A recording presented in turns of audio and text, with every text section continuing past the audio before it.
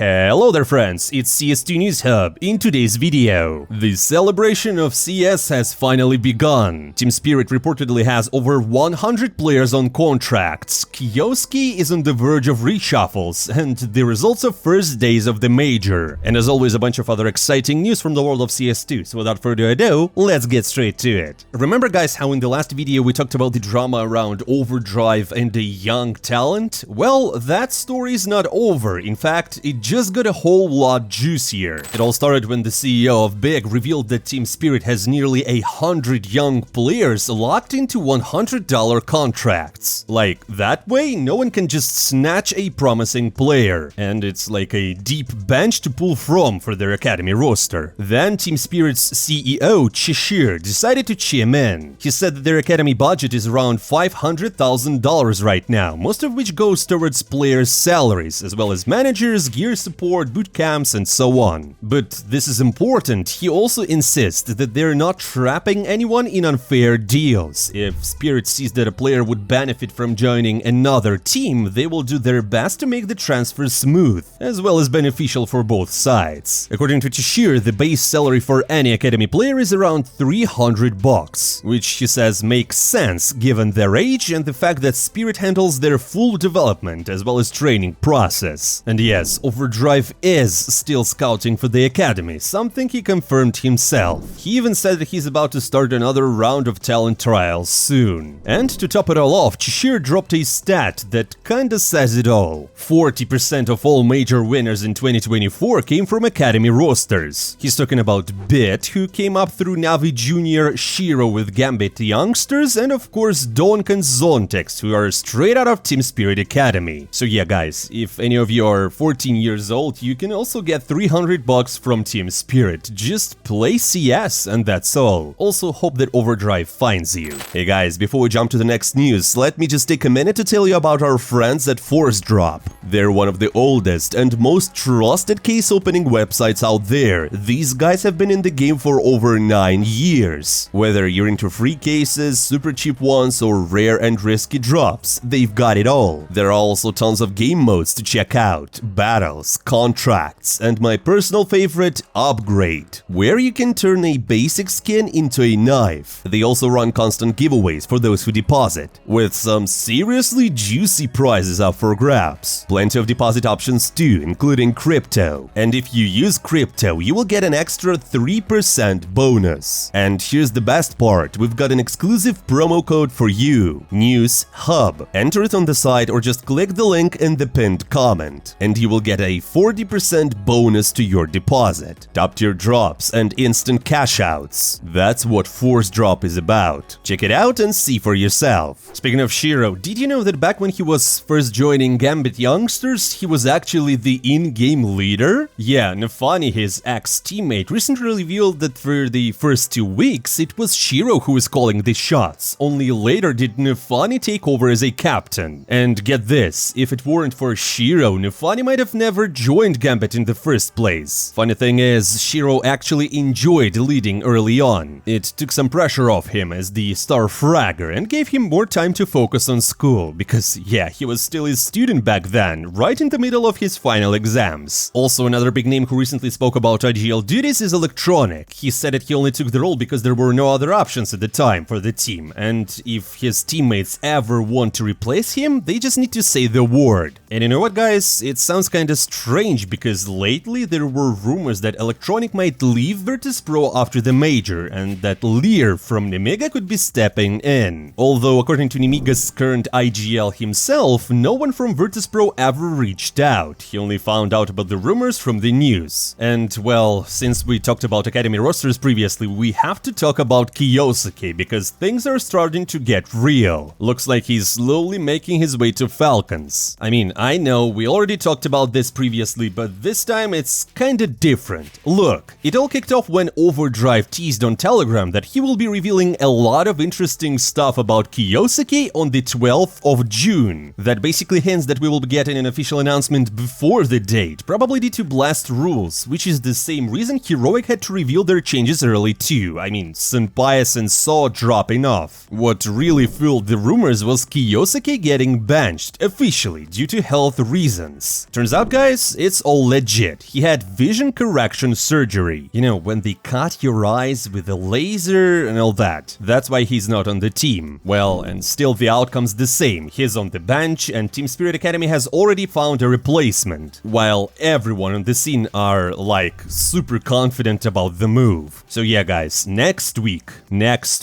And while teams have been shuffling rosters, tournament organizers decided to join the trend too and make some changes of their own.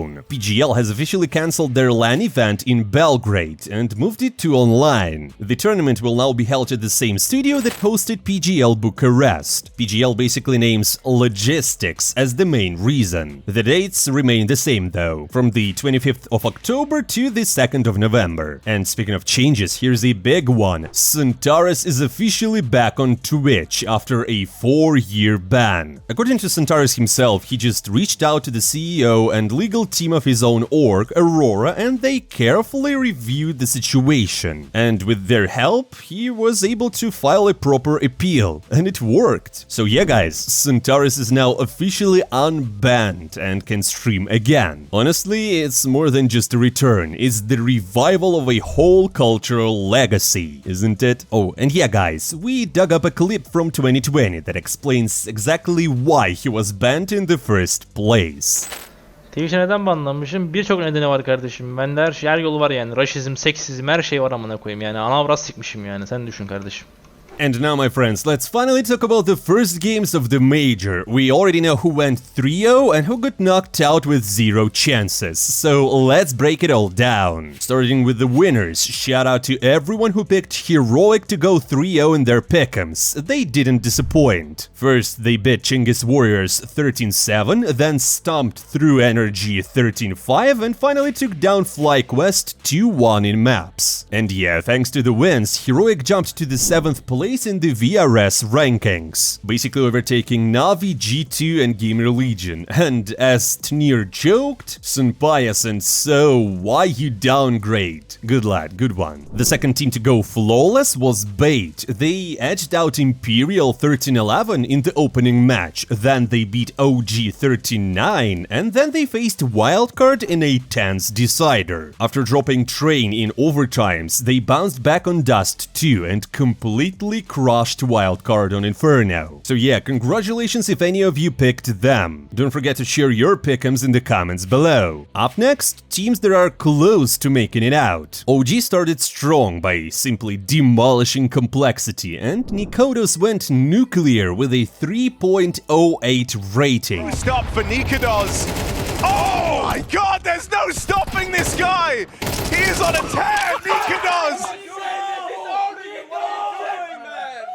He is on another level right now! Yeah, that's 3.08 and a record, the highest rating in a single match. As HLTV confirmed, NiKo versus Complexity was the best rated performance ever at a major. Energy also made waves, maybe it's the Shaq magic, because they beat Tyloo and Complexity. BB only lost to FlyQuest, and they are also in competition for the next stage, looking honestly pretty solid. While Nemiga seems to be challenging Gamer Legion from one of the last majors, holding their own ground against teams like Imperial and Lin Vision. And Wildcard are clearly hungry to match or beat their last major run, especially playing on home turf. But you might ask, where's Complexity in all this? Pun not intended. I mean, a lot of people had them in 3-0s in pick'ems, but they first lost to OG with that insane performance from NiKo and then to Energy. And moreover, they do not look that solid. Looks like Junior is seriously struggling. Well, and when Valve joins the trolling, it's over, guys. Here's the list of teams on the brink of elimination. Tyloo, Lin Vision, Imperial Legacy and Cheshir Warriors. All of them are hanging by a thread. And the first two teams to officially exit the major with 0-3s are Metis Sport and Fluxo. And well, they probably won't be alone for long. More teams are likely to join them soon, starting with the Asian squads and then others from different regions. Guys, how do you like the major? Do you find it exciting or a bit boring in the first stage? Let's discuss in the comments below. For example, me myself, I really like what's going on, even though the level of CS is not that high sometimes. But again, it's the major, and it's the start of it. Fun times are ahead. And that's all for today, my friends. Thank you for watching. Don't forget to follow the channel, drop a like as always, and leave a comment below because it helps us to develop a lot. And if you don't want to miss out the latest CST news, make sure to hit the notification bell. As always, my friends, I'm not saying goodbye for a long time. See you soon.